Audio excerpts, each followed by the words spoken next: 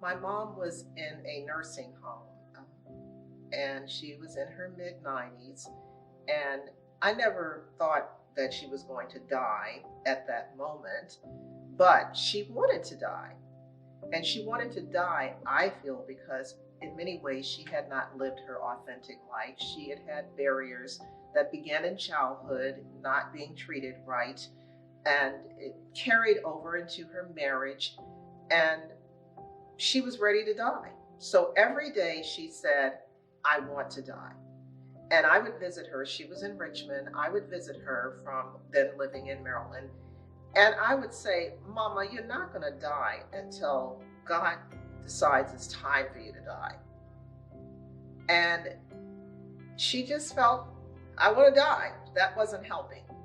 And so I was at the Brahma Kumari Spirituality Center in Silver Spring, Maryland, which I go to sometimes for their talks.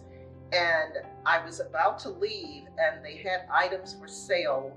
And I noticed a rock that said faith.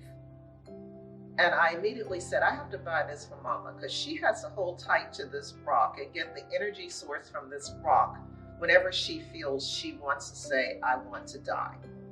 So I took the rock to Richmond and gave it to my mother and said, Mama, every time you think you want to say, I want to die, just hold tight to the rock and keep the faith. And so she did it, because she was determined she wanted to die, and she wanted to follow the rules to get to heaven, if you will.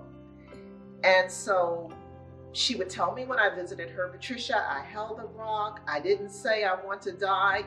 One time she told me I fell asleep with the rock in my hand, and I woke up and it was still in my hand. And I said, Mama, that's impossible. That is saying that God is hearing you. You couldn't have kept that rock in your hand overnight. Keep doing what you're doing, Mama. And people were telling me who visited her that she was holding that rock, and she was saying, Patricia told me to hold this rock because God will hear me through this rock. Well, I was going to go visit her February the 15th, 2 years ago. I was going to visit her, and I was going to spend all day with her because my dad also had health challenges. They were divorced, and I was going to divide my time normally between the two of them.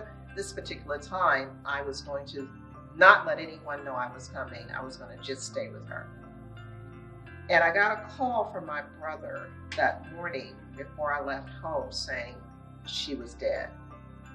And I said, I was on my way there. How could this be? I had a Valentine's balloon for her. So I went down and I helped with the obituary, but I was still just struggling with, I was on my way there. I was going to give her that full day this day. And so I asked my sister-in-law about the rock, and she said, Patricia, we looked all over and we couldn't find the rocks. I don't know why Mama Green died today, because they went in and asked her what she wanted for breakfast, and she told them.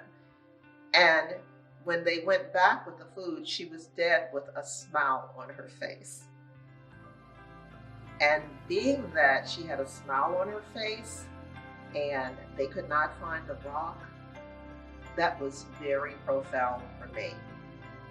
That it was time, she was free, she kept the faith.